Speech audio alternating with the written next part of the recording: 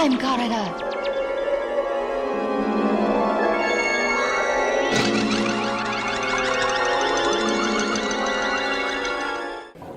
I'm the best. I wouldn't want you to forget that. You better see a doctor, because your brain has gone to shit. Hey everyone, welcome to Master Powercast. This is the end of our horror-themed related episodes for the month of October, and we're going to end it off with some Tales from the Crypt, the show that we mentioned this before, I was too afraid to check out as a kid, though I do think I saw snippets of some episodes, but the intro alone was enough for me to brave through it when he pops out, and I'm like, all right, I got to turn this off. I know anything that follows this is going to be entirely too scary, but Tyler, what is your early memories of Tales from the Crypt as a kid? Excuse me. Seeing it at the beach in the early '90s on HBO, because that's the only time you had HBO at least consistently, was when we went to Myrtle Beach, and I was aware of the show, I think, through ads and things like that, and I thought it was terrifying. Then before going to bed, like my dad and brother, but they put it on HBO and you'd see it would come on, and my dad was interested in watching it, and oh my God, just like just trying to tough out the intro, like, oh my God, like we're safe right now. Oh man, we're going downstairs, but oh my God, and pops out, and it wouldn't be until heading into 7th grade when I watched. It was in syndication on Fox, and I was at the beach with in Nags Head with my buddy from childhood, and I sat through 2 episodes. Like, oh my God, this is not what I thought was gonna be. Yeah, and I felt pretty damn proud of myself. Like my balls grew 3 sizes that day.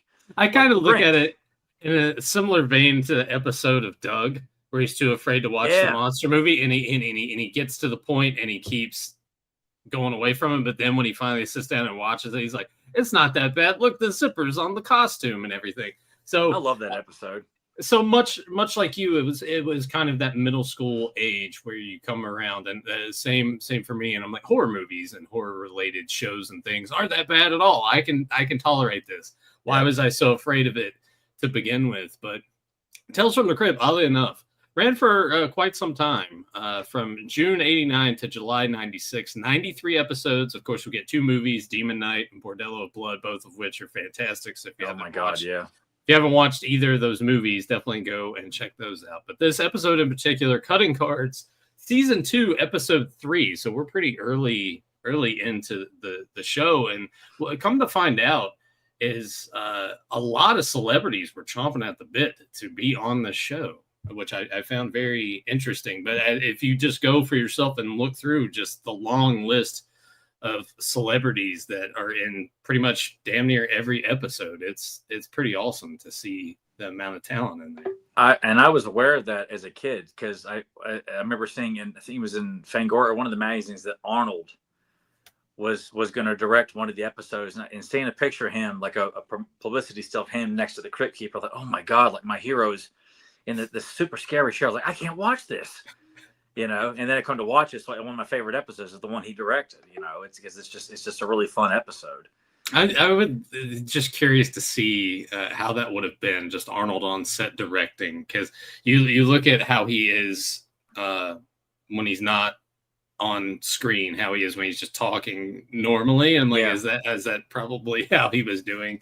I almost feel like this whole series too, because the guys behind it, with Robert Zemeckis, Walter Hill, David Giler, and Richard Donner, major titans. I feel like they've worked with so many people. I almost feel like I just can't help but feel like it had to have been a kind of a laxed setting for everybody. Absolutely. Because you have so many friends wanting to come in, work an episode, or do a spot, or like, oh no, he just wants to direct an episode, not star in it. And it had to have been pretty laid back and asking, like, can I get this and can I get that from my set? Like, it just, I'm sure most people have nothing but pretty good memories about working on it. I'm sure maybe some were not as great, but I just can't help but feel that, because so many people wanted to be on after the first season. Like, this is the 2nd season, and you've got all these major stars like Demi Moore, Arnold Schwarzenegger, and Lance Henriksen, and various others, Bill Paxton, Nathan's lookalike Brad Dourif will show up in an episode. Like, more and more people are just like showing up season after season, so it's it had to have been a very welcoming experience for people to want to be a part of that show, either in front or behind the camera.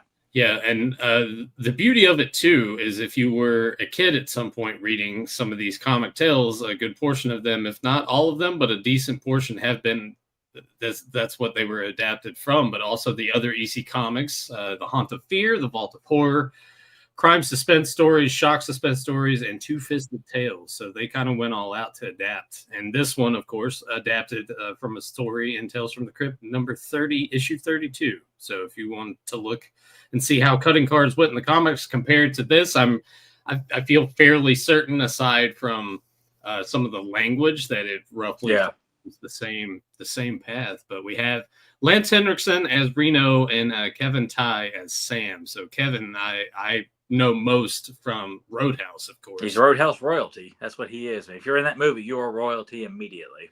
And then Lance Henriksen, of course. There's so many to list. Pumpkin, Aliens, Target, Terminator, Man's Best Friend, Pumpkinhead. I already said Pumpkinhead. Oh, I didn't hear you say Pumpkinhead. Yeah, it was the first one I listed off. I didn't hear that. I don't think anyone else. I know what you heard. I know what you said. I'm pulling a Bill Goldberg on you right now. I said WCW. Man, fuck Bill Goldberg. Pumpkinhead, a movie, of course, with Halloween fast approaching here within the next few days. That is on my list to watch. I did watch Pumpkinhead 2 last week. Revisit for me because I haven't seen that in a while. But that's something I'll discuss towards the end of the show. Those of you that are watching us live, go ahead, fill up the chat with some comments, questions. We will take those at the end. But as I said, this is only a 2-man episode, more or less. We get some dialogue a little bit at the beginning, but it's very, very much just between the two of these guys. So season 2, episode 3, cutting cards. Go ahead and get this added here, and we'll get rolling. So, of course, got to start off with the Crypt Keeper. I do have what the Crypt Keeper says here at the beginning, so we can go ahead and read this. And I'm not going to do any voices or anything because I could not do the Crypt Keeper justice. But, kitties, after a night of slithering through the sickening slime of my crawly crypt, I take a tip from the Marquis de Sade. He likes to unwind with a little red-hot poker. Tonight's tale from my collection of terror tomes is about a couple of real sharpies who will do anything for a stab at the jackpot. So ante-up, fellows, the game's about to begin. Great design on the Crypt Keeper too. Oh, I know, and I love how he evolved from just not just wearing like the kind of cloak, like the hood over his head. Like he would start wearing costumes that would kind of coincide with, like he's dressed like a poker dealer right now. Yeah. At the end of the episode, he'll put the hood back on, but it was having fun with the character. And every time I watch the intro, I was like, man, I was so scared of this guy. It's just, I think of like, we met John Kassir, who voiced him, and how cool he was. And it's like, I get why I was so scared, but I hate that I was, because it's just a puppet. It's a puppet with a great laugh. What did you get him to sign when you met him? My Bordello of Blood poster. Oh yeah, that's right. I got him to sign that VHS poster of pretty much like I guess it would have been like the first season. Yes, yeah. Yeah, it was like a promotional deal. I don't know if it was a thing where it's like the first VHS tape that kind of came out, or if it was just a promotional poster in general for like the first season. But super nice guy. Oh my, yeah, sweetheart of a guy. Loves his fans and loves being known as the Crypt Keeper. So very proud of what he's done. I wanted to put this image up because I meant to talk about that since it was adapted from the comic. So there's like the one of the pages from it there. I have not looked at this because I've often have not found it as easy to look up what stories came from what comics, and the comics, like an original like print of any of the Tales from the Crypt books. They cost a fucking arm and a leg. You will lose a finger to get one of those books. Oh, a little at least an original. Yeah, a little foreshadowing on your part there. Oh yeah, most definitely. But that's really cool that you pulled that out there, because I've often tried to look up the Tales of the Crypt comics to like kind of read some of them over the years, and some of them got some beautiful looking covers, like just really cool looking stuff. I remember reading one about feeding alligators, and I kept thinking it was gonna be like this really kind of macabre story, and it has like a real twisted ending, but it was very lackluster. And I thought, man, for a story about involving feeding alligators, I was kind of hoping a little bit more dark. Well, And this is just yeah, it's kind of the old adage of a VHS cover kind of telling one story and then watching the movie itself sort of telling you another.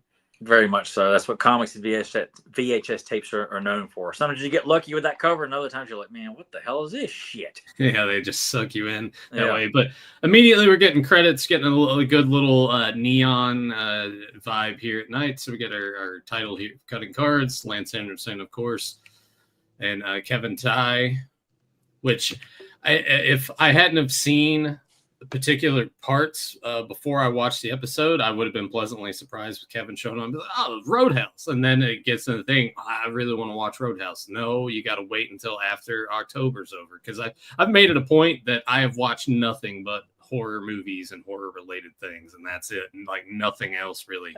That's pretty much what I've done too. I mean, I haven't watched as many as I'd like, but that's all I've watched is either Tales from the Crypt or movies. Like I watched Cape Fear. Nice.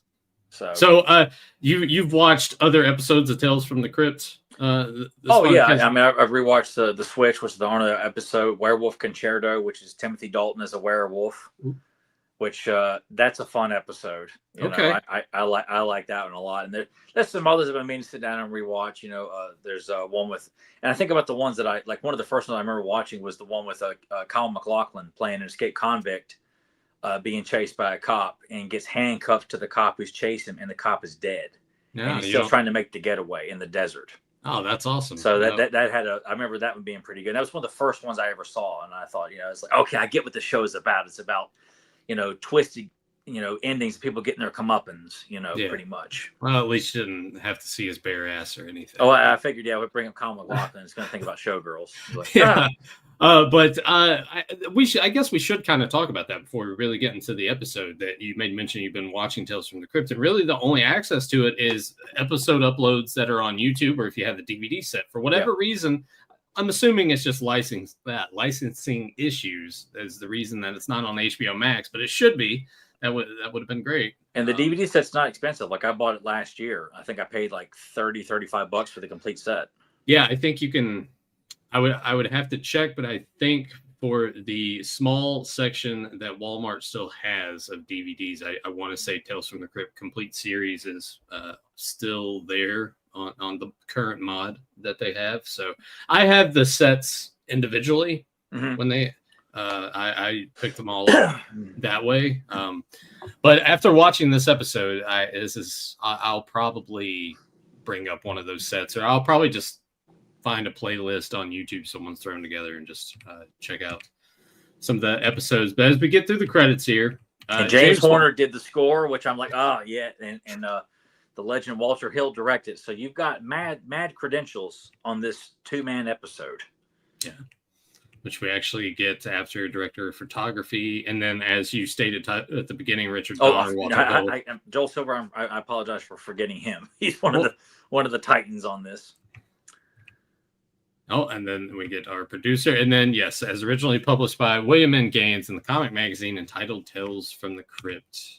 Says we get Reno walking in with our credits. Walter Hill also had a role in the screenplay, much like he typically does for most of his projects anyway. And there he is. You got this kind of fun, jazzy motif that James Horner is playing to kind of introduce this casino. So it's not Vegas. Yeah. Not really sure where it's at, but it's not Vegas, but it's a familiar spot that Lance's character has frequented in his time as a gambler. Yeah, and apparently this is home for him after he spent a year in Vegas. So he's pretty much gotten home and is immediately heading to the casino. So he's going to gain access to a high-stakes poker table here very shortly. So he's having the conversation. And Lance just oozes the charisma. There's nothing the man can't do. I know. God, he could have him play. He can make any job in a movie, any character in a movie, enjoyable, badass, sympathetic. Yeah, sympathetic father, check. Robot, check. Like he can play, check. Yeah, like, he can play heel or face. Doesn't matter. He can be your lead villain or anything. Yeah, he's great. And he makes that outfit look badass. Like I could watch him as a gunslinger. Oh no, I have seen him as a gunslinger. Quick and the Dead, Ace Hanlon. Yeah, and you kind of wonder with this episode in particular being 1990, if Quick and the Dead come out a few years after that, you think Lance maybe kind of channels Reno. He's like, yeah, I remember doing Tales from the Crypt. Let's just kind of take this character and take pieces of that. And I think Ace Hanley's even more cockier than Reno. I mean, it's like he's more calm and collected, but more cockier. So I think he just ranked, in this episode too. It gets cranked up to 11, but Ace Hanley's probably cranked up to about 15 in terms of charisma and but he's we'll just let the episode explain itself here. As Reno's going up to the bar, and Roy Brocksmith, who was if you've seen Total Recall, he's in that, and he's also in the Switch episode with Arnold Schwarzenegger too. He plays the mad scientist in that episode too. Okay, I honestly did not know that. I think I would. After this, I'm sure if I watch Total Recall, you're gonna be, okay, yes, bartender from. He plays a pivotal. He's in one scene, but it's a very important scene in the movie.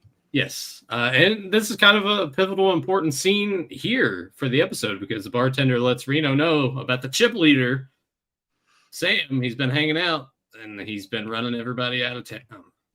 And then, of course, Reno takes umbrage with this, which is going to kind of set up the rest of how the episode is going to play out. But I love his demeanor and how mad he is as soon as I know that name pretty much. And where is he kind of attitude that he has to him. And then asking, this because building up the legend around these two guys is that these guys are almost damn near unbeatable. And that he asked him, like, I heard a story that you beat a small, I forgot what kind of dictator it was, but a dictator nonetheless. And with I think it was for $50,000 in one game. Said no, one hand, and just that's it. Like that, just establishing this guy does not lose. And of course, there's Sam, played by Kevin Tighe, and he's back there pouring himself a drink and playing solitaire all by himself. Which I take it as like he's hoping he'll get competition, just waiting for someone who's worthy enough or dumb enough to walk back there, let alone his rival. Yep. So Reno, of course, right here, locks eye. He sees him. All right, we're gonna go back here, and there's the man himself. He should have said, "I thought she'd be bigger." And this is the part that we get that we played for you here at the intro, where it's like your mind's going to shit.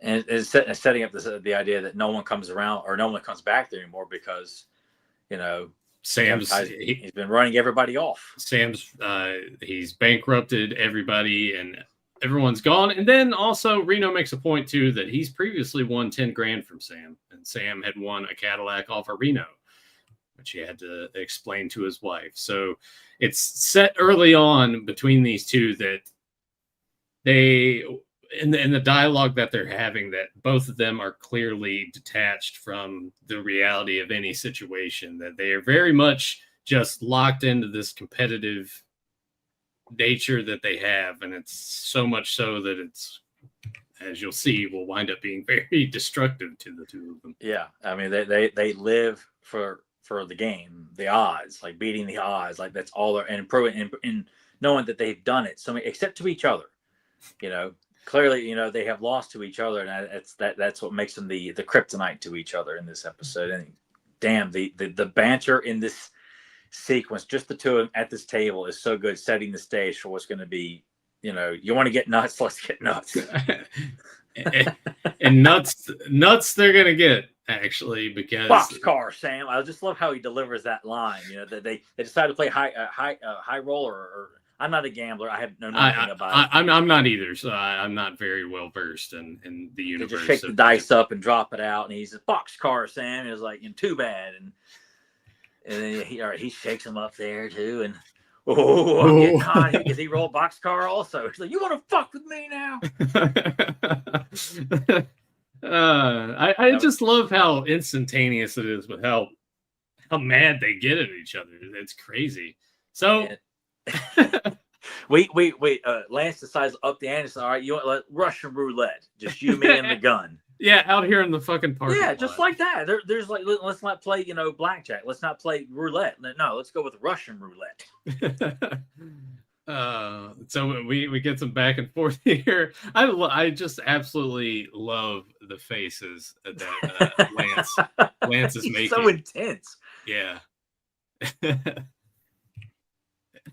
And the fun they're having here, like, you know, all right, you're going to let me spin the chamber. Mm-hmm. Like, just not trusting each other, but making sure both of them have a say in this. And oh my God, yeah, this is just so good. I people, if you haven't seen this or you haven't seen it in a long time, like, this is the sequence that really like sells this episode. If you've never seen Tales from the Crypt, like, I mean, like, this is acting at its finest in this series. Yep. So this is when Reno, we empty out the chamber, takes the one that he needs, puts it in there, spins it up, locks it in. It's like, all right, well, here you go, you first. So this is, of course, anytime you have this game being played in any media, a movie, TV show, it's always or cartoons. It's always intense, and the tension's definitely built up here, where because you're in this situation and there's only one way that this could play out. So we get a click here. Nope, it wasn't me. All right, okay, here we go. And the Reno. So we just get a few minutes of the back and forth of how will this end. It's like, he just constantly, you're distracting me. Will you shut up? You know, you just tell he's getting antsy because there's a chance he's gonna blow his fucking brains out right now. Yeah. So he's all good on the first round. So now we have 4 left. And he gives him a little shit here. It's like kind of trying to scare him off. Like, you know, are you gonna scream?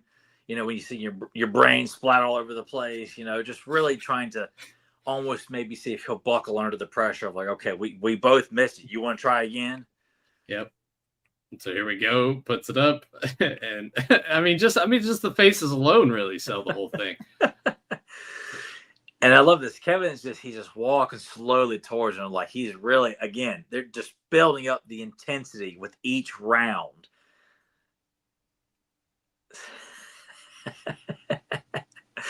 And then, yeah, this one, and now that he's so terrified at this point, and Sam's just putting gas on that fire. Well, because now we're just down to 2. Yeah. So it's either he's going now and Reno wins, or the game would be over. And then this guy, unknowingly, the character actually we've all seen in a ton of movies. Yeah, he pulls up, and they immediately give him shit. He's like, "Oh, hey, buddy," and then they both, for a second, kind of agree with one another. So that this is when Sam then turns the gun to this guy that just pulls up. It's like, "Get the hell out of here!" He's like, you know, leave me and my friend alone. Like, he makes a point to call, you know, Reno his friend. That in this moment, like, we're buddies. We're working on something together. Get the fuck out of here, you know. And I just let crazy fucking lunatics. And I appreciate the lighting of the scene too, with our neon lights in the background, the purple hues, and especially how we've had in the parking lot here of just how they're shrouded in the blue and purples. Yeah, a lot of Miami Vice colors here. Yeah, so he gets out of there, and they're like, "All right, well, we are back in the game, so don't think I forgot about this. You got your round here." And of course, this, when he lets out this laugh, like, "Hey, we have officially left planet Earth." Yeah, because he laughs this maniacal laugh that's just like he is completely mad at this point. I mean, you already believe these guys are crazy, but this moment here, this laugh he lets out, like, there's no going back. No. Like, there's no going back to like playing regular card games, regular anything. This guy has gone to the brink of madness.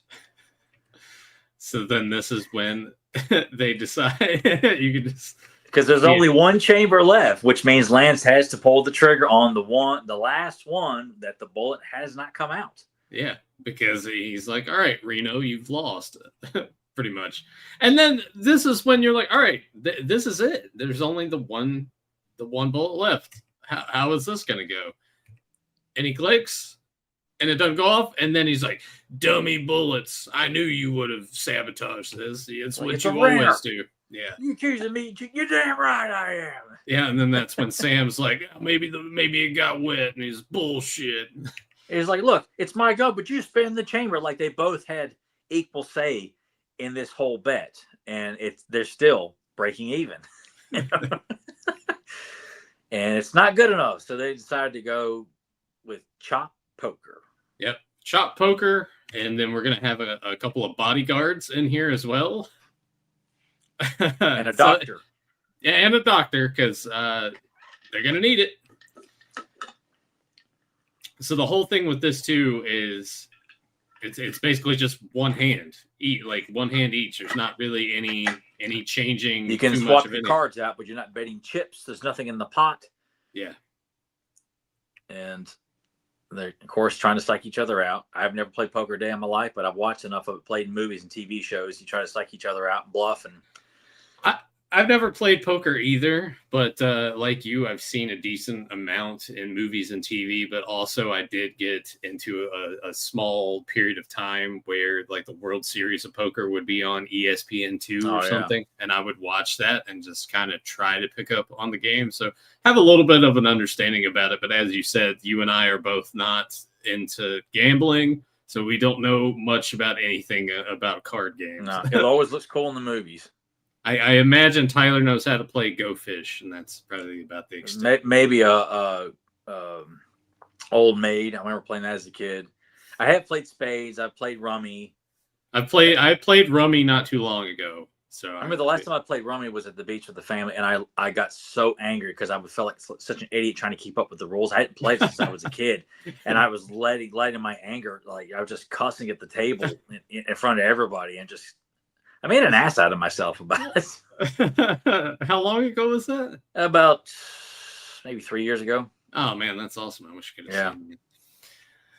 So, of course, Sam loses the hand. So let me go back to that. So Reno puts down his cards. And he's like, all right, I win. Brings up the cleaver. He's like, what finger you want? And Sam takes off his ring. And I love the reaction, too, when he gets his fingers out here. And he's like, careful, only one.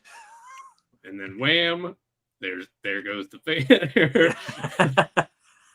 It's just the noise that he lets out right here. It was pretty amusing to me. Yeah, and you can tell, there's nothing fake about the pain he's going through, man. Like, all right, so he's down one finger, but initially when I was watching this, I was like, oh, he lost his thumb already, too, but that's not the case here. No. So they go another round. And of course, as they're dealing out, and the whole thing too is they keep just talking trash to each other the whole time. Like that never stops. Even at this high stakes, Sam's already lost a finger. There's no pulling back on his end. Sam is just as defiant as he was at the very beginning when they locked eyes and met each other. Yeah, there's no backing down. Like no matter how bad shape he's in, it's that shows you how bad the obsession of trying to beat the other is going to be. Like, you're willing to lose a finger and still keep going. Yeah. And wouldn't you know it, Sam loses another hand and another finger. And we keep going. Yeah. So now he's down 2. But once again, I want to just come back to this. When they do the chop, it's pretty much the same reaction as the first time, just as funny as the first time. Did a really good job of selling the pain, but also in a humorous way. Yeah. Which is the beauty of the show. And you mentioned this earlier. It's like once you start watching it, it's like, oh, it just has the dark humor to it. Nothing too scary, I wouldn't say. I don't think many of the episodes are set up in a way where it's just absolutely terrifying or anything. I feel like it's accessible to anyone to watch because it's, as you said, it's always taking these characters and someone is getting the comeuppance to them. So it's almost deserving in a way, just based off of how these characters are. Because pretty much everybody, like, and there's a Christmas episode I'd like to watch with you or discuss with you, which is from the first season, which was one of them, like, more heavily advertised episodes. And I mean, I feel like, and I remember being creeped out a lot by that as a child before I actually saw it. Yeah, well, it's someone dressed as Santa, like, but it's not. He's not wearing a beard. It's Larry Drake, with this fucked up face and teeth, and he's an axe murderer and shit like that. And you just see that, you're like, oh my god, that looks horrible. I mean, I wouldn't recommend showing it to my nephews. Of course, they're not allowed to watch Ernest Scared Stupid either. So, No, I'm saying like teenagers. Oh, teenagers and up. Yeah, you just appreciate that it's just very well done dialogue with black humor, twisted endings. People who think they got the edge in the story, they really get screwed over in the end. And let's take a look at this, because you have Reno here, all chill, calm, cool, collected, and Sam at this point, obviously losing two fingers. Look at the sweat. Look at how thick the sweat is in his hair there, man. Yeah. He's just dripping in sweat. I was trying to see too if maybe they had it to where you could see it on his shirt, but I guess they just hit him with the spray bottle before the take. Yeah. So heavily. we get one more hand that's going on here, and at this point, Sam's pretty defiant of the fact of I have to win this one. And then as it turns out, he ends up winning this hand. Yeah. He's pretty happy about it. And Reno buckles under the pressure. All right, look, I'll make a deal with you. I'll give you back one of your fingers, and we'll just call it even. He's like, oh no, I'm on a roll now. Hey, wait a minute. He's like, oh, don't worry, he don't hurt that bad. And of course, we all know when Lance sells an injury, he sells it, man. Like you always believe he's in mad pain. God damn you! God damn He already has, son. He already has. So then we cut from this game, and you're kind of wondering what's happened. You see a nurse here and various bottles. That was kind of an odd spot depending on where we are. But anyway, you see a bed in the background. You're like, all right, clearly we are in a hospital of sorts. And it pans to these guys, and they no longer have arms from the elbow down, and they don't have it looks like they don't have their legs. No legs either. Their asses are sitting on pillows with nothing but 4 nubs. Down to playing checkers. Yeah. This obsession has gone. I mean, they have nothing left to give. Well, you say that, but I think that they're like, at this point, they probably still got a few more. They still got ears that they can. Well, they still got ears. How the hell they're going to remove them? Unless there's someone there to do it for them. Probably. But at this point, Reno, he's getting a look at the table, and Sam's like, well, you hurry up. He's gonna use his nose to get the king. Yeah. And Sam's like, you dumb bastard. I got a triple jump right here that I can use. And then once again, still talking trash, and then butting heads. And tells them to pass the gum, because that's the only way they're going to be able to make kings is by taking chewed gum that the other ones chewed, take it out of their mouth, and put it on the checker piece. Oh, man. So that essentially ends the story here, but we come back with the Crypt Keeper, who says, I've heard of giving someone the finger, but this is ridiculous. But at the risk of going out on a limb, I've got to hand it to Crevice and Forney. They do anything to elbow their way to the top. Dinner time, as you see, we got the fingers rolling there. As Tyler mentioned, you got the cloak back, so that's the traditional Crypt Keeper look. And yells dinner time and lets out that unforgettable cackle. So here are the other people that were involved in this. Not too many. Not really. That's all we had. Bartender, hostess, the driver, the blonde woman, and the dealer. And the blonde woman didn't even have any dialogue, did she? No, she's just sitting in the car. Yeah, that's it. And I got to tell you, man, after watching this, I was like, that was the fastest 20 minutes ever. Yeah. It went by so quick. I mean, even us just talking about it went by so quick. And we weren't even just sitting here and watching it. It was just going through and it's a simple story. It's not complex or anything. And that's the fun part of it. Like, I mean, yeah, sure, a good complex story is good, but this is very cut and dry, no pun intended.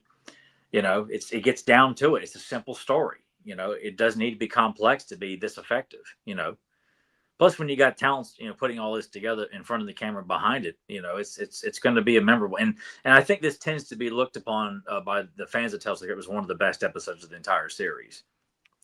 And of course, the persons and events in this film are it's all fiction.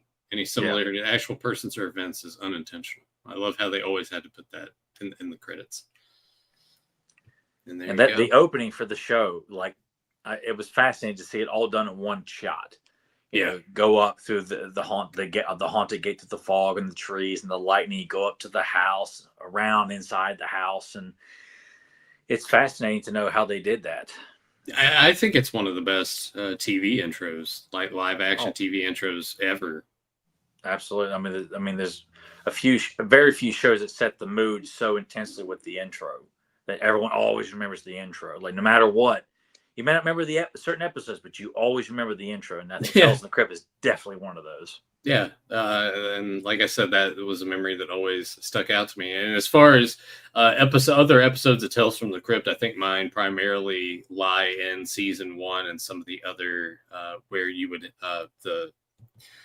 the Demi Moore episode, and everything. Like there are certain ones that stick out, but after watching this, I'm like, okay, with it still being October and probably even beyond that, I'm like, I need to watch more Tales from the Crypt. Yeah, you definitely gotta check out Werewolf Concerto with Timothy Dalton and see all the other actors that are in that episode. Okay. And, I was gonna say, like you had already recommended a couple of them. Are there more that you would recommend to people to check out? There's a fun one with Leah Thompson in the first season, where she pretty much trades in her beauty for money.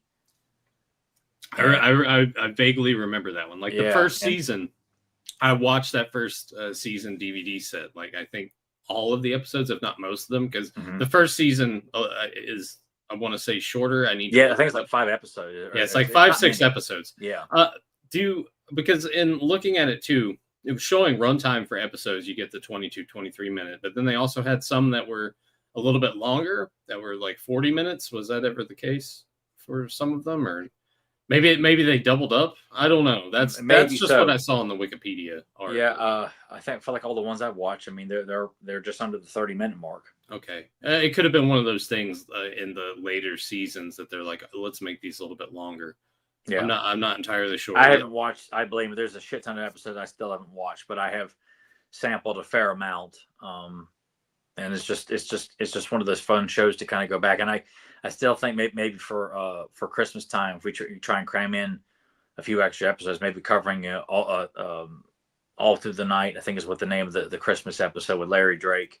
Okay, I think that'd be a fun one to maybe try and squeeze in sometime in the month of December before Christmas.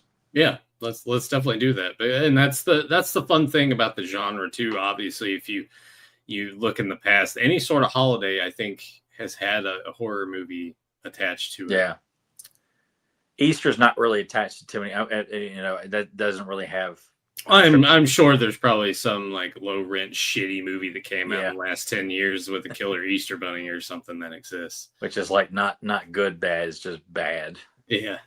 There's a fine line there, but Tales from the Crypt, the show that just the humor, the dark humor to it's just what really stands out. And it's crazy to think that something. I don't know. Do you ever look back on shows like this and certain movies, and you're just like, that's kind of crazy that this got made around this time period? But maybe it was just more of when they were taking chances, and it's like, we're going to take this comic book and stories from the similar comic series shows, and we're going to adapt them. We're going to put them here in this show. HBO picked it up.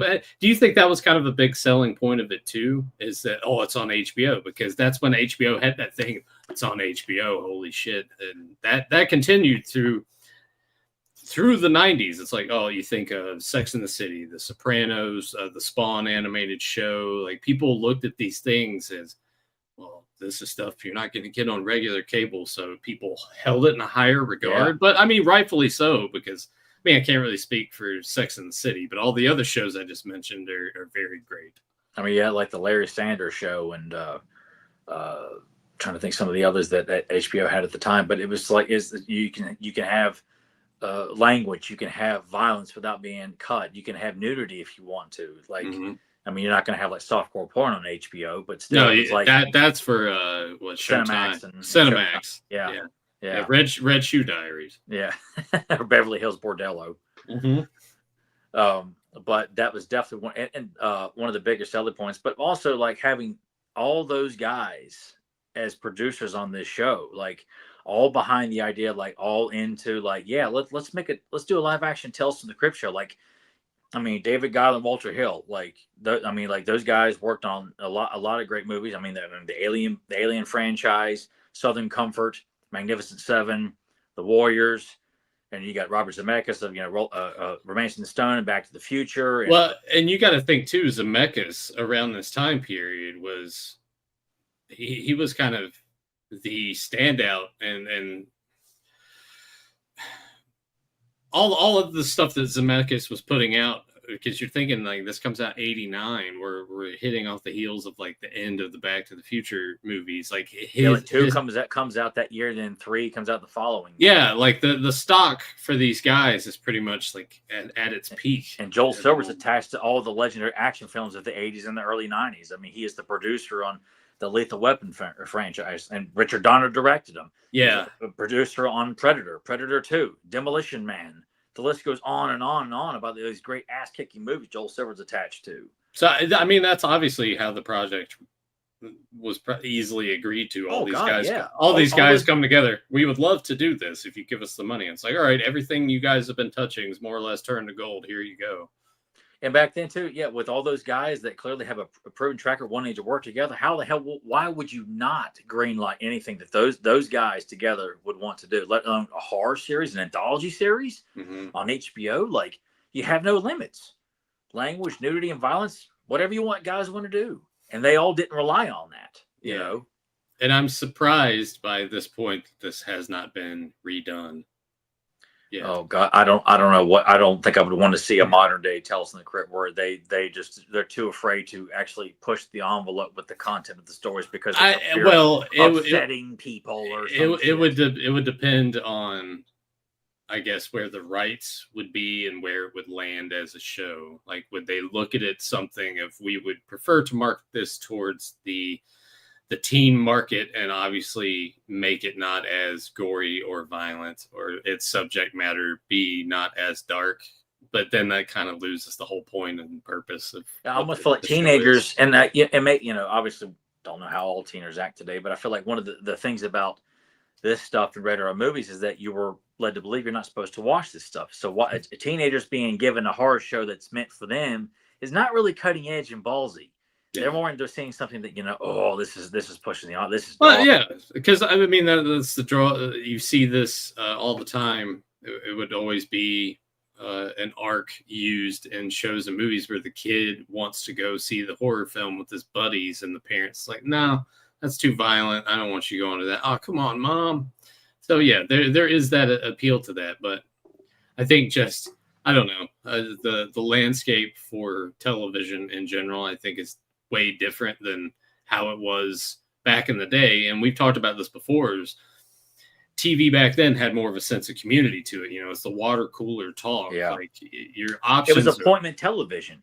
Your options are limited in that regard. So it's either all of you kind of watching this one show, or it's something like HBO where it's different, but it's like HBO, Showtime, Cinemax, were like premium channels, and you had regular channels, and that was basically it at the time. So a lot of people were watching the same things. Now it's just it's too wide open. There's too much to consume. So it's I'm even though I said I'm surprised it hasn't been redone, I'm glad that it hasn't. I hope it continues to not be redone, because I don't think they would do it justice. But Tyler, you've given some recommendations of other episodes of Tales from the Crypt. I'm going to go watch more episodes of these probably this week, actually. A good mixture of this and then some classic horror, of course, that I've seen a multitude of times. But want to bring up, speaking of these anthology-esque type shows, Daniel Garcia, this show, Werewolf, and Tales from the Dark Side are fun horror shows to rewatch. Oh, I hope you watched our Werewolf episode we did a while back. I've never seen Tales from the Dark Side. I've heard of the show, never watched it. I've never seen the movie either. And I know very, very little about it. I don't think I've ever talked to anyone who's ever watched the show. I've seen it. I just remember seeing the DVD complete series like all the time. Mm-hmm. And I remember seeing the movie in the video store back in the at Two Thumbs Up Video back in the early '90s. That was just one of those frequent titles I would see on display and just think, oh man, look at that scary cover. And then wanted to add to it, The Hitchhiker was also a good show. I did not know that was a show. Yeah. So yeah, well, I think it was a movie, and then I think got adapted into a TV series, or the other way around. Or isn't that The Hitcher, the one with Rutger Hauer? Maybe that's what I'm thinking of. Yeah. Yeah. Okay. Yeah. So the hit. Yeah. All right. Yeah. You're right. Hitchhiker. I don't. Never heard of that. I think I remember seeing the seasons of the DVD for like really cheap at Magic Mart. Yeah, because they used like the same type of cover for each season, but just changed the color hue on it. Okay. But yeah, that's something between Tales from the Dark Side and Hitchhiker. That's something I wouldn't mind dabbling in, just to give it a shot, because shows like that are just the concept in and of itself is fun. Just having the anthology aspect, which I'll bring up here a little bit later, but we can kind of talk about it now. Like Creep Show. I know that I did not like Creep Show. I didn't see it till I was an adult, and it had been hyped up so much, and when I finally saw it, I'm like, I didn't like it at all. I love the concept and I like the actors in it, but I do not like. I walked away from thinking like this was not entertaining to me. You might actually like Creep Show 2 better than the first one. Because I actually Creep Show 2 I watched last week, and I need to go rewatch the first Creep Show, because I remember the one that always stuck out to me was just the dude and the bugs. Yeah. Where he's like a germaphobe, and then all the bugs are infiltrating in, and he can't. All the cockroaches all over. Yeah, the cockroaches and everything. Yeah. I remember that one, but honestly, you might prefer Creep Show 2 over that. But I guess just because I didn't like the first one, even though I love the setup for the one with Leslie Nielsen and Ted Danson, where he's getting even with Ted for having an affair with his wife. So he buries them up to their neck in the sand and expects them and leaves them to drown. I thought, man, Frank Drebin's being very, very calculating and cruel for justifiable reasons. But it was very interesting to see. And then they just turn into these kind of water monsters. Like, oh, this is just kind of like lame as fuck. I think I'll like Creep Show 2 better than. Actually, because now that I think about it and starting to think a little more about Creep, the first one, I think I may prefer Creep Show 2. Yeah, and I hated the Stephen King segment where he's playing the country bumpkin, and the meteor comes down and creates plant life all over the place. Like, where's the fear factor in this? Yeah, and then speaking of Creep Show, I know that they did the TV. Yeah. TV series that actually ran for 4 seasons. Now that I look it up, it says it's on Prime Video, so I guess I might check that out just to see, for curiosity's sake, with it being a newer thing, to see what chances they take or don't take with the show. Rob Oram, Tales from the Dark Side. The intro freaked me out as a little kid. There was an episode where a man could hear his food screaming when he would eat it. It was disturbing as a little kid. That's very interesting. Yeah. So, Tales from the Dark Side, man. Maybe that's something we need. Yeah, it might be worth. Well, it definitely sounds. Wonder where it's accessible, like the movie or the series. If it's or if it's another one of those Prime things, which I don't have Amazon Prime. Tales from the Dark Side. Yeah, I'm not seeing anything of it streaming anywhere. Let's see. Shudder. It seems to be, of course, and I don't have that either. So yeah, I need to get Shudder for as much as I talk this game of. I love watching horror stuff. I really. Well, you do. There's no bullshit around that. I know, but Shudder is something that I need to get. Actually, that kind of ties it back into something pretty amusing that I don't. Maybe I mentioned on the show, or maybe I just talked to Emily about it in passing. But I was at work. And I was talking to my boss, and he said something. And I was like, "Oh, that's great. Well, today's gonna suck. It just gives me more time on my downtime between runs to go over here and just watch horror movies." And then one of the girls over there that was standing around, she's like, "Oh, you like horror movies?" I was like, "Yeah." She's like, "I like horror movies too." And I was like, "Okay." see how this goes. And then she starts talking about it, and she's like, you know, those Terrifier movies. I was like, okay, all right, I see where this is. All right, and gagging back this woman.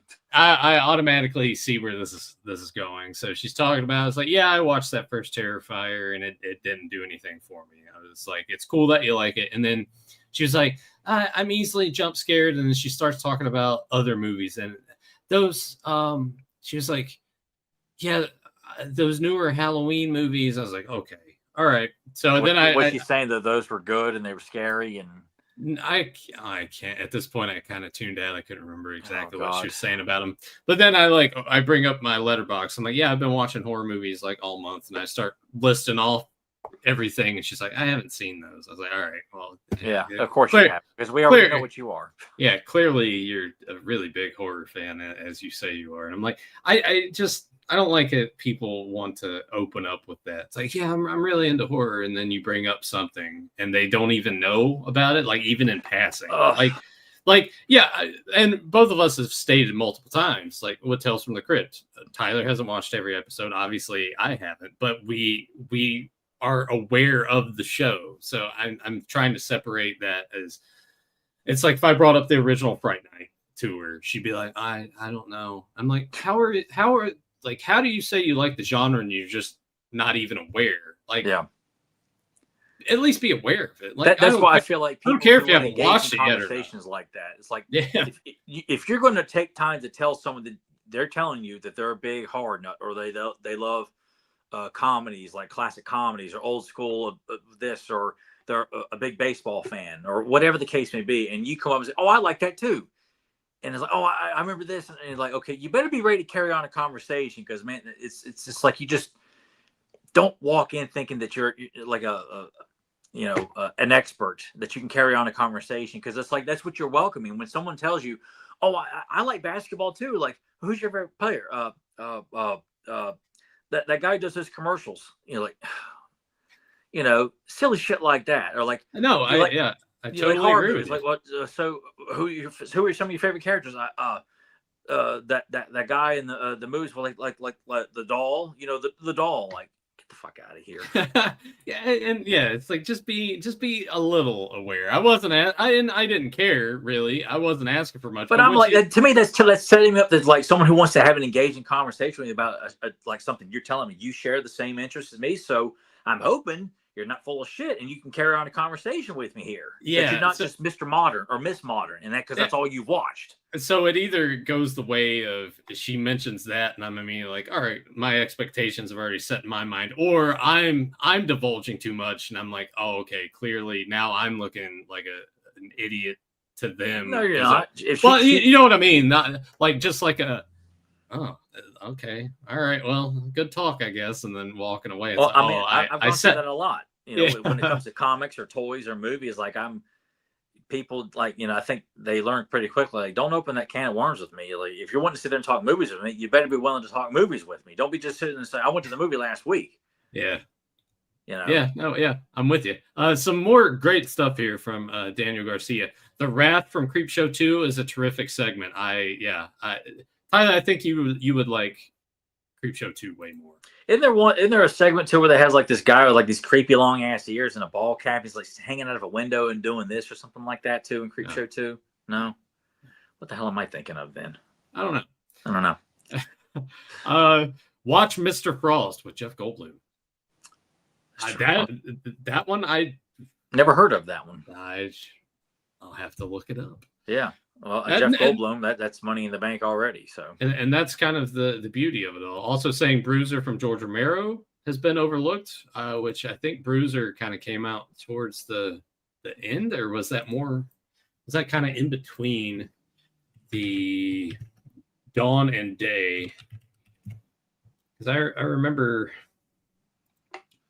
I would reach this point where, like, anytime I would go into any pawn shop, any store, anything, if I saw a horror movie from 70s, 80s, I'm like, even if I didn't know what it was, I'm like, I'm probably going to pick this up and just blind buy it. But let's see where that kind of falls for Bruiser in his filmography. Oh no, it's 2000. For whatever reason, I was thinking that was earlier. it's something that I would be open to, I guess, but late stage Romero, like I just think of like Land of the Dead and Diary of the Dead. I remember going to see that in the theaters and getting up and walking out. I mean, for two reasons. I didn't like the movie, and the people in front of me wouldn't shut the fuck up. So, Yeah, but yeah.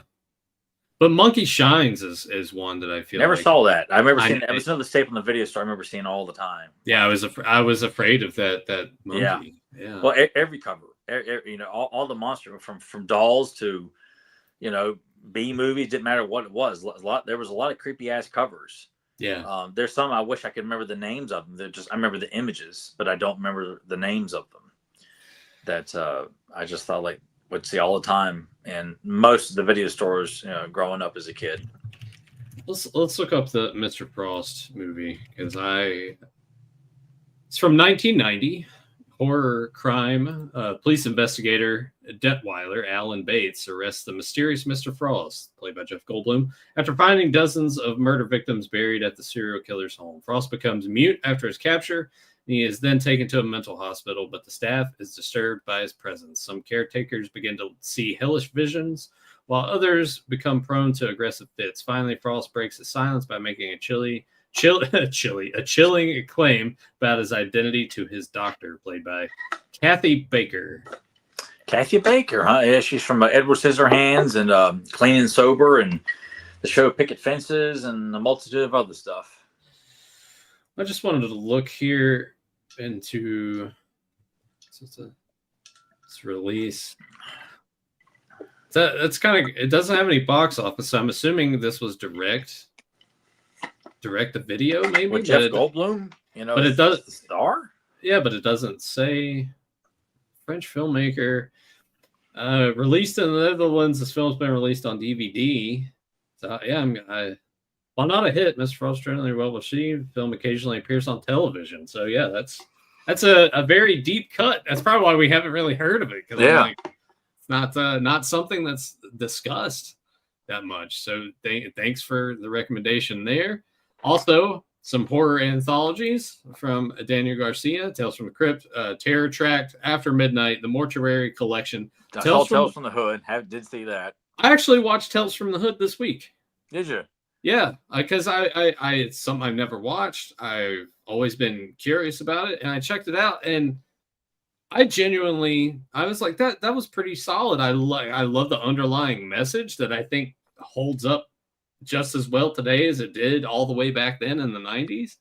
I just remember, the segments in between, and then the one segment that's got David Alan Grier, because that was one of the draws too, because I loved In Living Color, so I was like, hey, he's in it, and people at school had mentioned it too, so I watched it, and I mean, I think I just watched it the one time, and that was it. I didn't go back and feel the need to go back and rewatch it again or anything like that. But I thought the creepy ending, that was something that was referenced in middle school a lot, was the very ending. With oh god, I forget the guy's name who's no longer with us. He was in shit. I'm not going to try and botch it, but yeah, just how that ends. It's like, you're in hell. Yeah. No, I thoroughly enjoyed it. Also, too, From a Whisper to a Scream, Southbound, and of course, Trick or Treat. Yeah, I have seen Trick or Treat. Yeah. I think I enjoyed parts of it. I think it had a bigger impact on Nathan than me. Trick or Treat. Trick or Treat. Yeah. I mean, I like the werewolf segment. That was cool. And the one with I like how it all. Yeah, I like how it all tied together. Yeah, they're all kind of linked together there. So there was a good moment. I mean, it's been a long time since I've watched it. I think because where it was supposed to come out in theaters and it didn't come out in theaters, it was released, direct to video, and I just felt like we were really hyped about it because we were you and I both were excited to finally see it, and I saw it, and I don't know, maybe the hype I just had built it up too much in my head or for whatever reason. But I've only watched it the one time too. But Grim Prairie Tales with Brad Dourif and James Earl Jones. That sounds intriguing already. You're in it and starring with James Earl Jones, man. Yeah, so there we go. There's some recommendations. So I appreciate all that. Yeah, and of course, no matter what, that's stuff I will definitely look more into. Like Tyler's one that it takes a little more convincing for him, especially if it has that potential of just being like bad and not like the hilarious bad. We're getting him there though. Yeah, I've made progress. I willingly sat down and watched a lot of pieces of shit, in the last couple of years that I've, really enjoyed, like Deadly Prey, amongst others, and things like that. And then Miami Connection. Yeah. Like, okay, yeah, that was some really hilariously bad stuff, like much enjoyed. Bloodsuckers from Outer Space is one that I recommended. Yeah, I know that was one you recommended to me that I need to sit down and watch.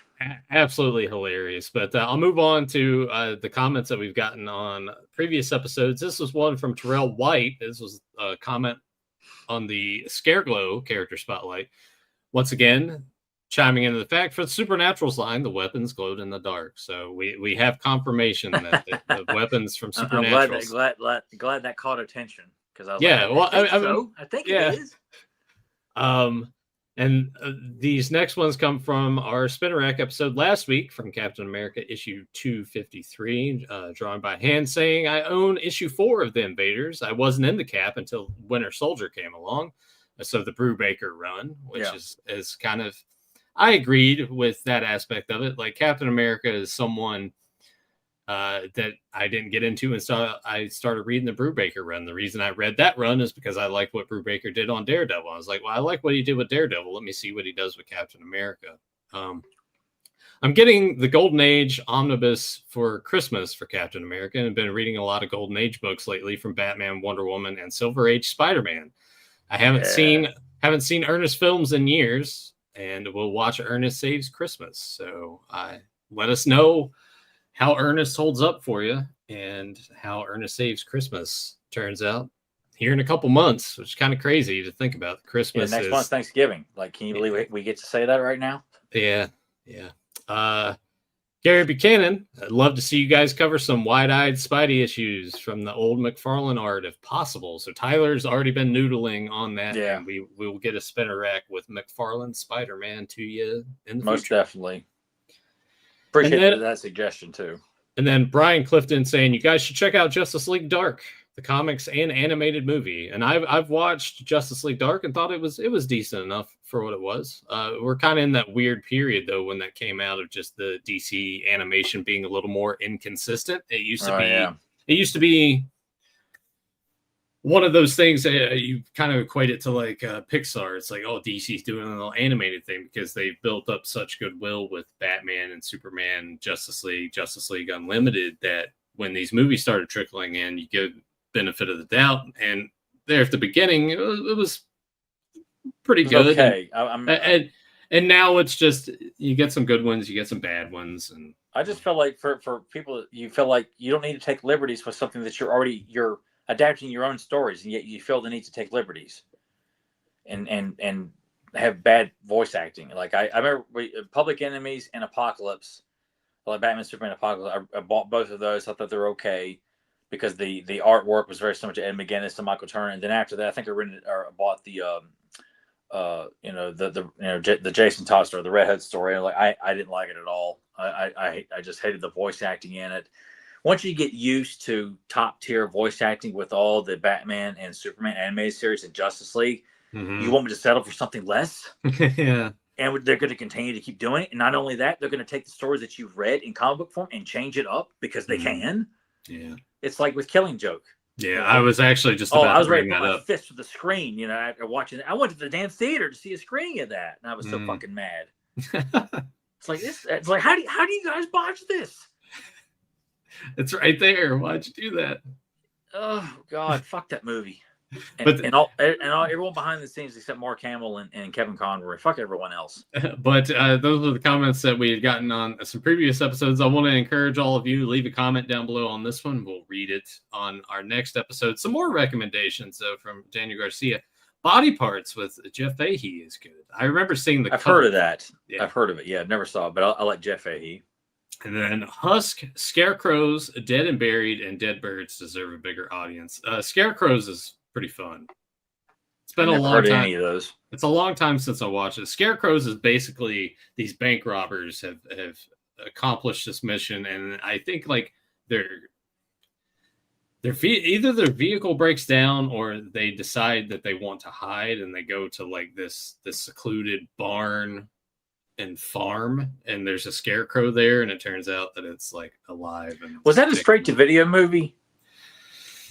It may have been because I seem to recall. I remember seeing a VHS too that was called Scarecrows, with like this kind of gangly, kind of gothic looking scarecrow on the cover. no, it got released in theaters. Okay. Let's see. Mercenaries hijack a plane, and after making an emergency landing in a cornfield, that's what it is. They find themselves stalked by murderous scarecrows possessed by spirits. I was kind of there. I watched it in I think it was probably like 15 years ago. So, yeah, that one's fun. I like that one quite a bit. So, yeah, we got those. Shadow Builder with Tony Todd and Michael Rooker is a good flick. So just some deep cut stuff. Did you see this? That Rhonda Shear from Up All Night returned with a new show, Kings of Horror? I had no idea about that. Yeah, I saw little bits of that. So it's cool that Rhonda Shear back in the fold. Because Up All Night was something that I would watch with Gilbert Gottfried. On occasion, I would watch it. I do remember watching it with Gilbert Gottfried too. Mm-hmm. I think as a lot of times whatever they were playing, I do remember the live action He-Man movie was played one time.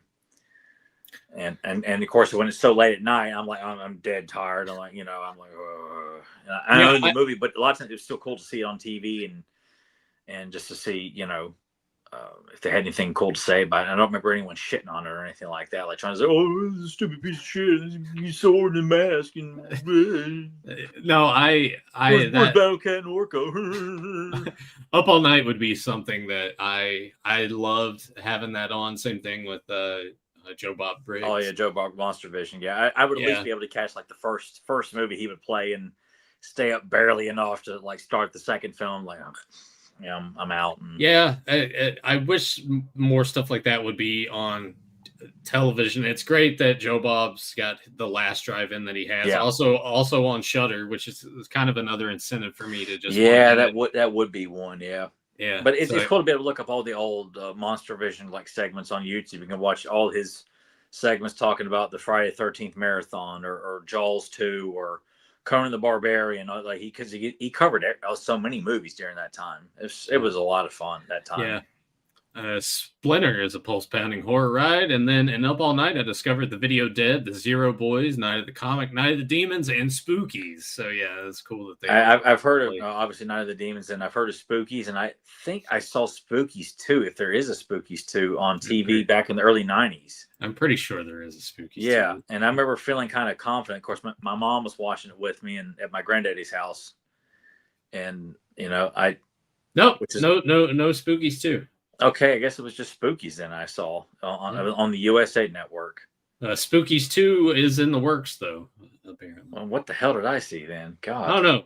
I mean, he's pretty good about having a pretty strong memory about things like that. But Spookies is on Tubi, if you want to go back and reminisce. I watched the trailer because I like to watch trailers for like a lot of those old obscure horror movies that I remember seeing, the VHS covers for, and I wonder, oh man, what's this going to be about? And I said, I'm like, yeah, I'm not going to watch that. I remember watching the trailer for Night of the Demons, and I'm like, I don't know. It looks like I'd just be like, turn this shit off. Well, movies, I probably mentioned some of these, but I'll kind of backtrack a little bit of just the movies that I've been watching the past couple of weeks. Sleepaway Camp 3. Oh yeah. Nathan showed me evidence of watching that. Yeah. Elvira's Haunted Hills. I watched Mistress of the Dark. That was one I watched a while back. Yeah, I watched Haunted Hills just because I'd never seen that one before, and obviously it's not as good as Mistress of the Dark, like at all, but it's decent enough for what it is. Watched The Vampire Lovers, the Hammer horror film. Watched Sorority House Massacre. That wasn't good at all. Didn't we watch that back in high school? No, Slumber Party. I know what Slumber Party Massacre 1 and 2. Okay. So many of those titles seem to be so similar. Well, I think that's what they were counting on. But yeah, Sorority House Massacre, not that good. Obviously, I mentioned it last week on the Spinner Rack, but Monster Squad, just what a perfect movie that is. Watch the movie House, not the one you're thinking of. It's the Japanese horror flick from '77. It's a trip. I'd seen it probably 10, 15 years ago and liked it. Rewatch here, I'm sitting there like, this is one of those movies that if I were into doing drugs, I probably should do drugs before I watched it. Watched Hammer's version of The Mummy, Bad Moon. I started watching The Mummy, the Hammer version of that. Of course, I started when I was like dead tired because I actually was wanting to watch that last year and couldn't find any outlet to watch it. And I saw HBO Max and I started watching. I got maybe 10 minutes. I was like, I got to go to sleep, and I've yet to go back. Okay, it was a stupid idea, but I just was intrigued by, wanting to see what Christopher Lee and Peter Cushing do it, and because the movie poster looks awesome, and all these sets and things like that. It has a very cozy feel to it. And the movie, like as you're watching it, it's just very cozy. So when you get around to watching it, let me know what you think. Okay. Bad Moon, I think I mentioned that before. Highly recommend Bad Moon. It's based off of a book called Thor, which is a werewolf story from the perspective of a dog, and the movie pretty kind of plays into that. And enjoyed it. Army of Darkness. You and I talked about Army of Darkness, the Evil Dead movies, and everything. Texas Chainsaw Massacre 3 also was one I think I had made mention of. I'm waiting for you to text me this week. I watched The Next Generation. Yeah, what a piece of shit. I think I watched that a couple of years back. Yeah, we re-rented that, I think, after it came out. I don't remember much about it other than McConaughey. It was lame and getting like an obligatory, breast shot that would just seem silly when it was done. And and then Matthew McConaughey was like, I just knew he was like this up and coming big star. I think he had done Time to Kill, and I forgot what else. And we see this, like, man, this movie sucks. It's like, what's so good about him? Yeah. Bloodsuckers from Outer Space. I highly recommend that. That's like, it's so funny and shitty, but in the best way. So check that out. I watched Maniac Cop 2 and 3, and I enjoyed those.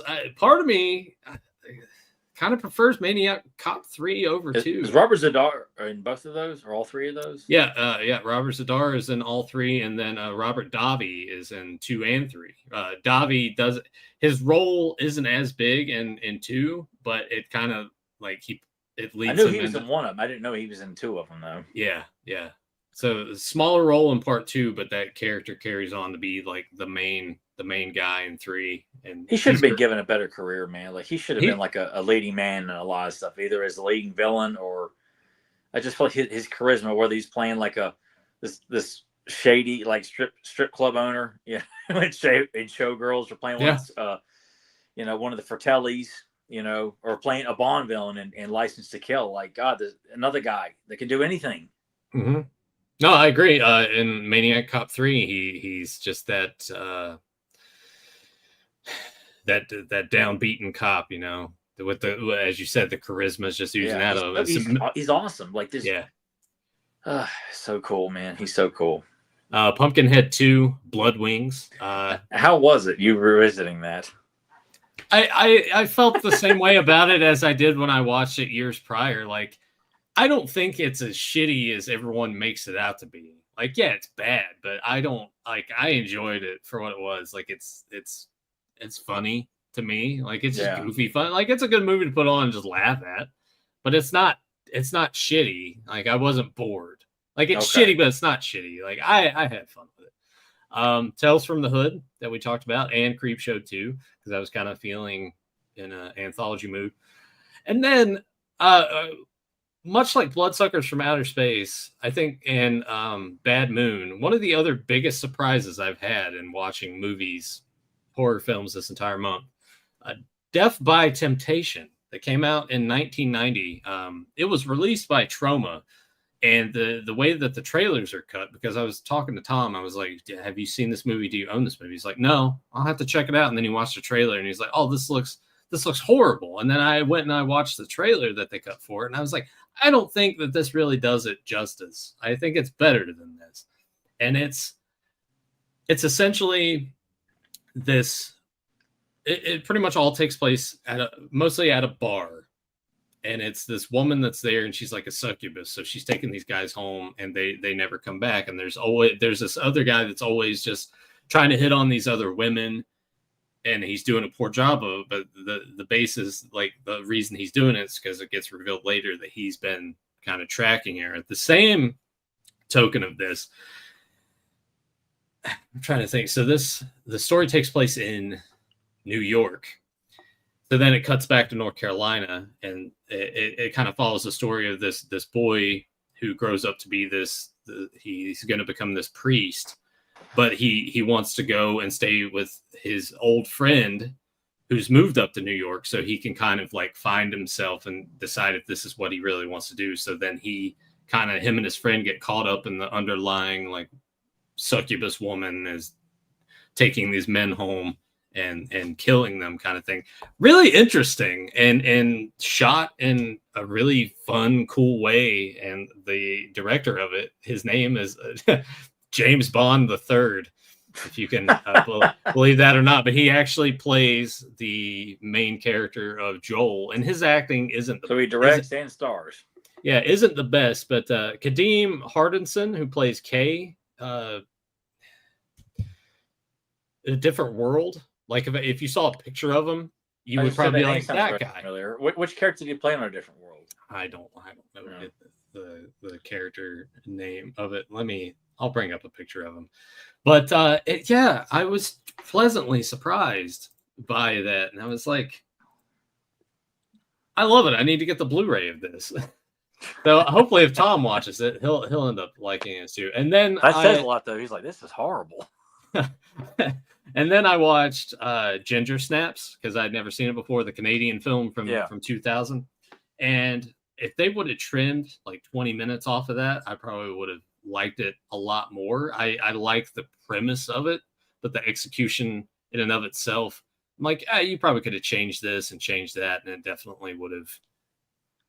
It would have made it better. But apparently people like Ginger Snaps 2 more than the first one, so I'm like, all right, I'll sit down and watch that. All right, let me find him. Well, that's what it's like, this is what he looks like today. Just want to find like a good picture of him from different worlds, so you know. Because you'll see it and you'll be like, yes, that guy. Because I saw him, I was like, oh, that guy. And I think he was in the Cosby Show too. Oh, it sounds like it was the guy with the glasses, right? With like the sunglasses with the him. Yeah, that's what I thought you were talking about. Yeah, I'll put up the picture for those. Yeah. He was. It's all about his glasses. He was cool as shit on that show back in the day.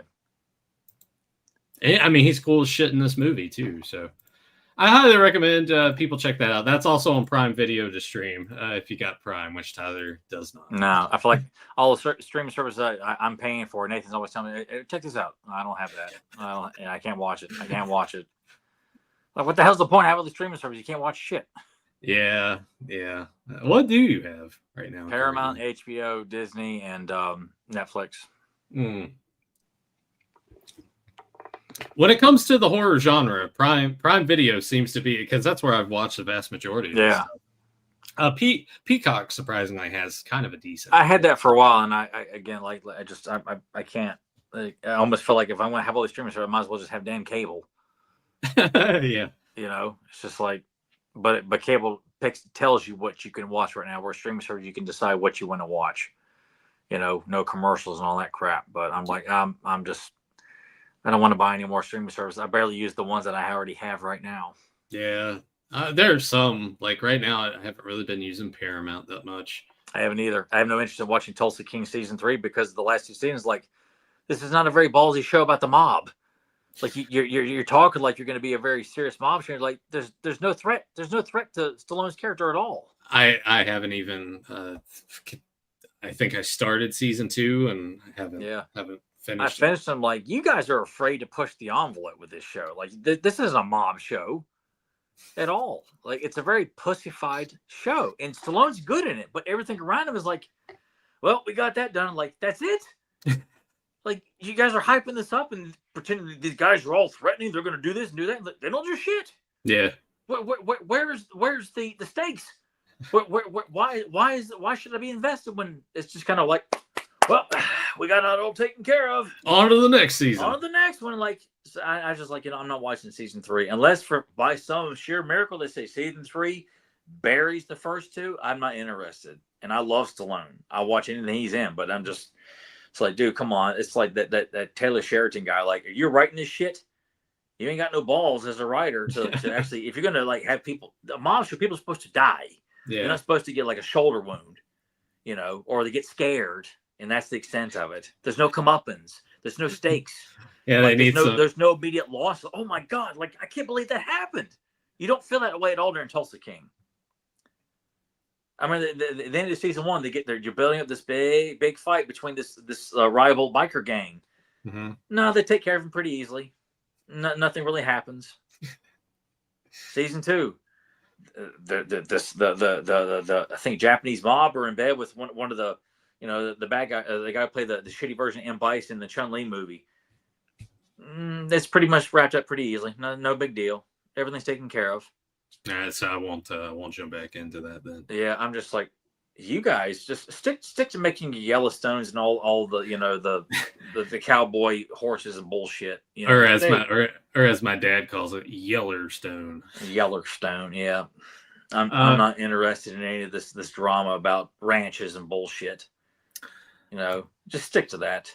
Night of the Creeps and The Final Girls are sci-fi and horror homages. I like both of those. I recommended Night of the Creeps to Tyler. I don't think he took. I didn't like it at all. I thought that's boring as shit. I just think it's entertaining in the least. Not at all. Makes no sense. Didn't like, and I bought it. I bought it on Nathan's recommendation. No, I didn't like this movie at all. Oh my God. Nope. What a shame. Tyler's off the podcast. Yeah. The fuck do I know? Should I just talk about something other than the topic right now? maybe that will draw some more interest. Yeah, it very well could. Tyler, what do you have lined up else to watch? Because we're only 5 days away from it's Halloween. Gonna be limited, just because I get in late, with work and the gym and things I got to do, so I don't have a whole lot of downtime to watch like a lot of stuff from beginning. It's like pieces and things like that. So I might watch a little something today. I'm going to watch the Heat play later today, so it'll probably be whatever downtime I've got, and then maybe try and squeeze in, a couple of small snippets of stuff, maybe another episode of Tales from the Crypt, or maybe part of another movie. When Halloween rolls around, I may watch something else too, but it just depends on what time I've got. As I was actually looking at stuff yesterday, and because I was doing some house cleaning and things like that too, and I just put in some VHS transfer He-Man episodes to watch.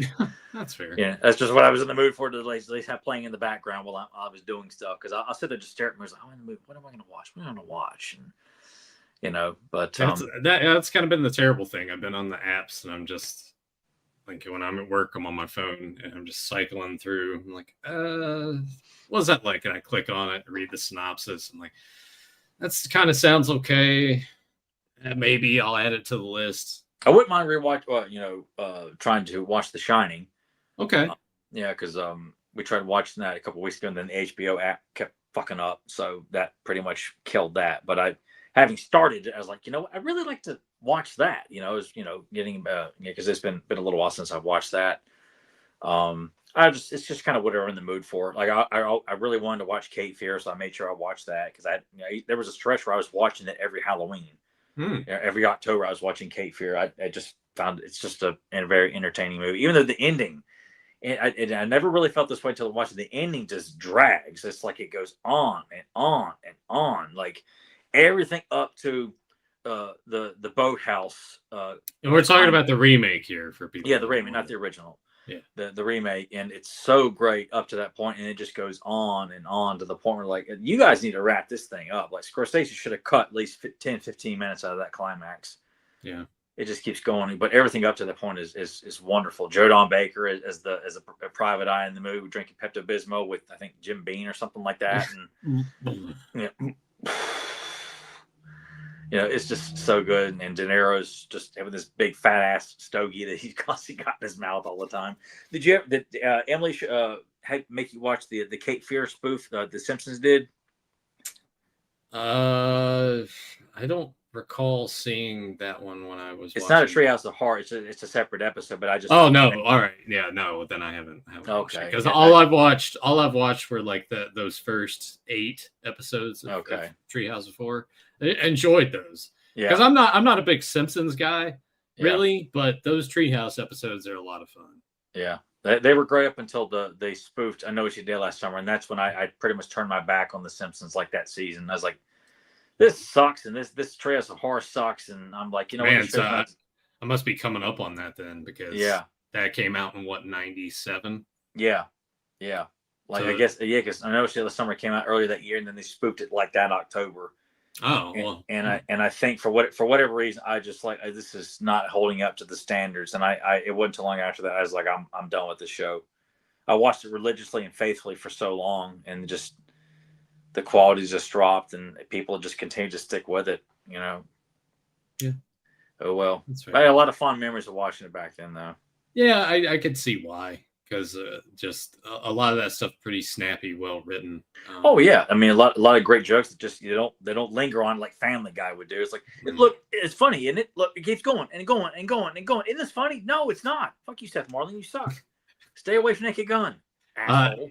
In terms of horror films that I watched this week, I'll probably just mostly stick to classics. I've spent a lot of time watching stuff that I either haven't seen in a long time or haven't watched at all. And with this, I'll probably stick to just, I'll be a basic bitch with it. I'm like, all right, Nightmare on Elm Street 1 or maybe 3. But those are always great to watch year round, but also for Halloween as well. Like yeah. Did you watch Halloween 2?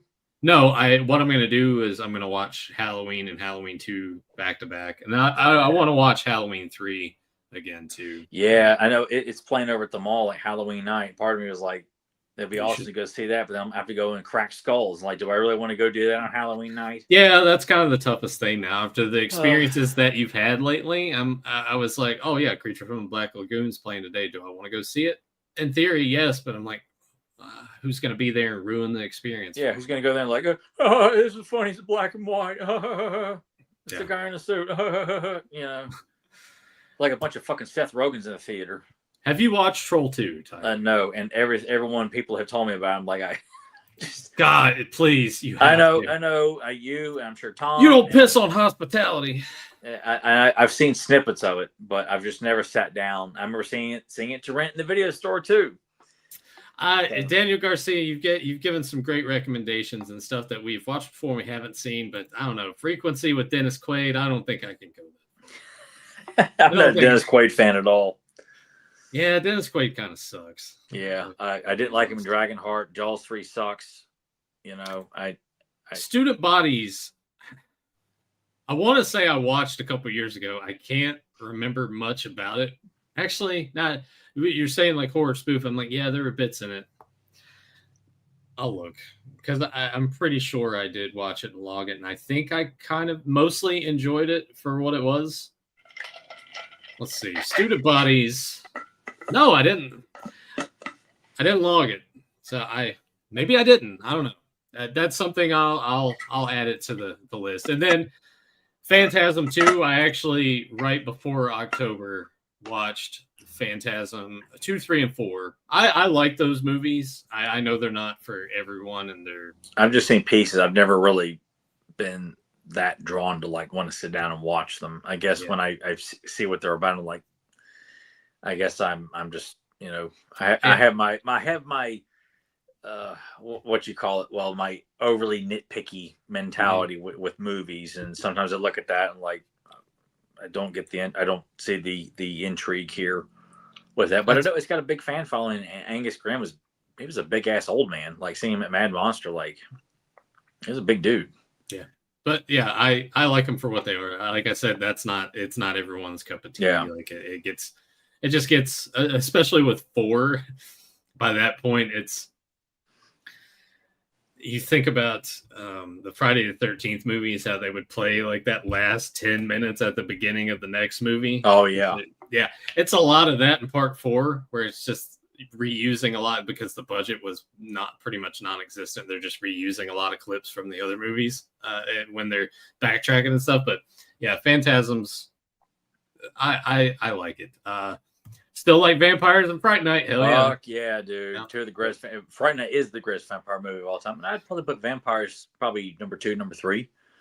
I like it. People shit all over Vampire, and I do not know why. I mean, Lost Boys would be up there too. I was going to say, I was surprised Lost Boys isn't kind of maybe above. Fright Night's number 1. I probably would put Lost Boys number 2, and then Vampires number 3. Yeah. But it's always linked is like, oh, it's shit or it's boring or it's like I don't see it. I love it. I don't. I think most people just lump it in with late Carpenter, so they're just like Escape from L.A., Vampires, Ghosts of Mars. Ghosts of Mars. They just lump them in. They're like, well, it's late Carpenter, so it sucks. I'm like, no. Well, I'm like, Escape from L.A. fucking rocks. Like, I don't know what people are fucking talking about. I'm sorry. You're remaking the first film. Yeah, well, James Cameron did Terminator 2, and other people have remade the same movie over and over again. Everyone lining up to suck their balls over it. But yeah, but you got to think about that couple minute scene where it's the bad CGI in the surf. That just kills the entire thing for people, I guess. I'm like, I don't give a shit. I mean, yeah, when I first saw it, I roll with it, and I'm like, yeah, I get what this is. You know, I don't want to see Snake Plissken surf either, but I sure as hell does not kill the movie for me. Right. He looks too badass, and the score is amazing in the movie. Like the score that Shirley Walker and John Carpenter worked on together. Like, fuck, man, it's amazing. And seeing Snake in the black leather outfit. Yep. And the main theme is just better. Oh my god! Like I love the original theme too, but just like remixing it and adding that extra oomph to it. Yeah, I mean, that's why when I saw Escape from New York for the first time, I thought, oh my god, this is the most lackluster score. This sucks. Because I was so used to this big ass kicking, like just in your face, like theme, you know, and I don't know. I love, obviously both films are fantastic, but I've yet to run into someone who says they hate Escape from LA, and then I can say, okay, you tell me why you hate it so much. Give me legitimate reasons. Don't just sit there and say I hate it because you want to be like everyone else. If you're going to engage in a movie conversation, you better be willing to debate. You know, none of this, you know, glossing over to kind of like hope to God they don't really, you know, I ain't into faking phonies when it comes to movies. We dealt with that enough. You know, no more fakes and phonies. You're going to talk about movies, you better come up, you know, with some fucking knowledge. Saying you're going to talk about He-Man, you better know what the fuck you're talking about. Comic books, you better know what the fuck you're talking about. Don't be hiding shit. And we'll leave it and end the episode on these couple, which Daniel Garcia, thank you for all the comments, recommendation. Big Trouble in Little China. Oh my god, Rocks. it does it ever. Next to The Thing is John Carpenter's best film. Next to The Thing, and even that it's debatable because depending on what you're in the mood. I mean, I could easily say Big Trouble is his best film. I've often tend to say The Thing is his best film, but Big Trouble in Little China is. Oh my god, it's. I watched that a couple of weeks ago too. What a masterpiece that movie is. Oh my god. Yeah, I need to unbox those figures. And dude. Get my shelf. And Rob Oram, Tom recommended a movie a few years ago called Gymkhana. He was right. The movie is both horrible and awesome at the same time. It's a good 80s movie. Highly recommended for a fall. Again, one of those movies I used to see in the video stores, I thought, look, lame as shit. And up until Tom having the movie poster, I was like, oh my God, he's got a Gymkhana poster. So I need to sit down and watch this piece of shit myself. So I don't want to spoil anything for you because it's weird to gauge your horrible movie meter. Mm-hmm. So it's like something like Night of the Creeps. I watch and enjoy, and I like, it has like some bad parts to it, but like to me, it's a good way. And you watch it, and you're like, you're bored through it. But then because I felt like it was not like a shitty B movie. Like I feel like this is just a boring theatrical movie. Like I didn't. When I'm watching Deadly Prey, these guys think they're doing great acting. This so I guess that's where it sort of differs for that's you. How like I break it down, and because they think they're doing a good job. Like, no, you're not. Miami Connection, they think they're doing a great job. No, you're not. And that's why it makes it hilarious. Vampire Vixens from Venus, that movie fucking sucks because they think they're being funny and they're not. It's just bad. Michelle Bauer wasn't in it. I wouldn't give two fucks about it. And God, she's barely in it, and she didn't even get naked. And speaking of that, when I was talking about the Death by Temptation movie earlier, that surprised the hell out of me. They advertise it on its VHS and its DVD release, starring Samuel L. Jackson, but he's only in it for maybe 5 minutes total. Oh, one of the screen roles. That's the same year because he did Goodfellas, I think, the same year. Yeah, and that was a bit part in that movie. Yeah, so I recommend people check that out. I enjoyed it. And then Tyler wouldn't give two fucks about this, but I will agree with it. The movie Identity with John Cusack, kind of decent. I think it's kind of a one and done watch though, because once it's all revealed what everything is, okay, you can appreciate it for what it was, but I don't think that's something I would go back to. But also, I haven't watched that movie in like 20 years, so it could be like a watch every couple decades, sort of thing. And then, Dark Man, man, yeah, Oh yeah, Dark well, Man's amazing. what hasn't been said about that masterpiece? Yeah. Of course, I saw the first sequel, which was really technically the third sequel, The Return of Duran. It fucking sucked. And then Darkman 3 is what, Darkman Die? Yeah, with Jeff Fahey, and that was supposed to be the sequel, and then they got Larry Jade to come back, so we'll make that one the second part. So they kind of did like a missing in action. Yeah. And just the title alone, Darkman Die, and Arnold Vosloo was Darkman. Like, oh god, just bad. What a and like Larry Drake's character, like Durant blows up in a helicopter. Oh, he's just back. Hey man, don't worry about it. Yeah, don't worry about it. It's fine. Stupid God. Well, I hope everyone enjoyed us talking about this episode, cutting cards from Tales from the Crypt. Go check out the other episodes Tyler recommended, or just kind of peek around. You'll have to search for it because, as we stated, if you don't have the DVD set, it's not on Max. You just gotta have to take particular episodes, put them in the Google search, and find them that way. Hopefully, you come across some's put a playlist together that has. There's a fair amount available on YouTube. I mean, you can pretty much you can do a search on Google like what's this episode? Look up a list of episodes or just watch them in unison if you want to. Yeah, check out all of our links down below. Leave us a comment. Let us know your thoughts on Tales from the Crypt. If any of these movies that Daniel Garcia has recommended you've checked out and liked, let us know about that. Any of the recommendations I just gave from the list of stuff I just watched. If you watched Death by Temptation, leave a comment down below. Let me know your thoughts. Like this video, subscribe if you haven't done so already. And until later, let the power return. I learned that in prison. You like? You white trash piece of shit.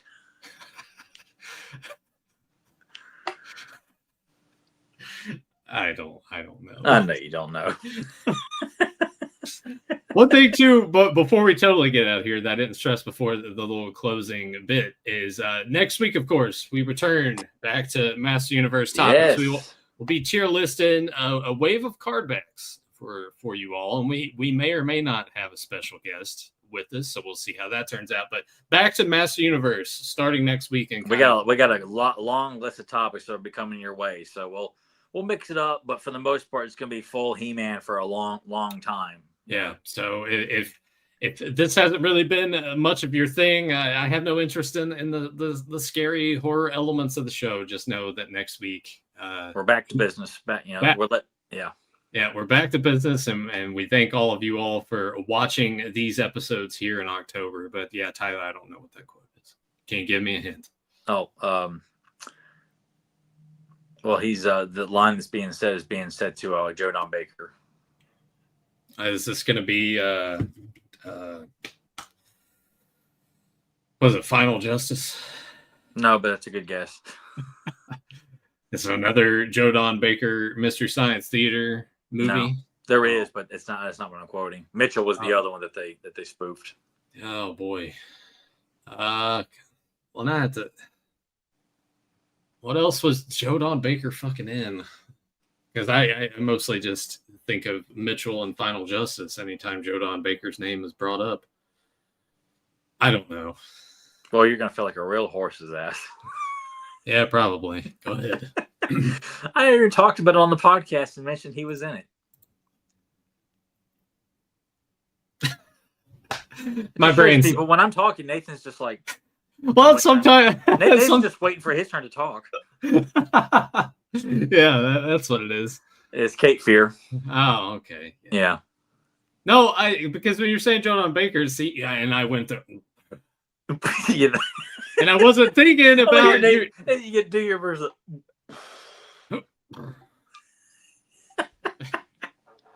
Hey, good goddamn. It smells like straight ass. Bad ass in here.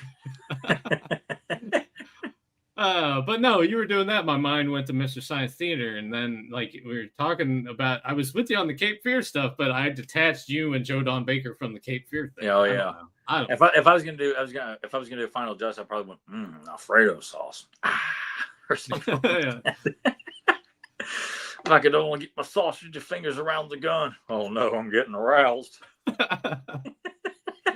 Go check out some Mr. Science Theater. Fuck yeah. Final Justice, if you haven't seen it. Man, one of the best.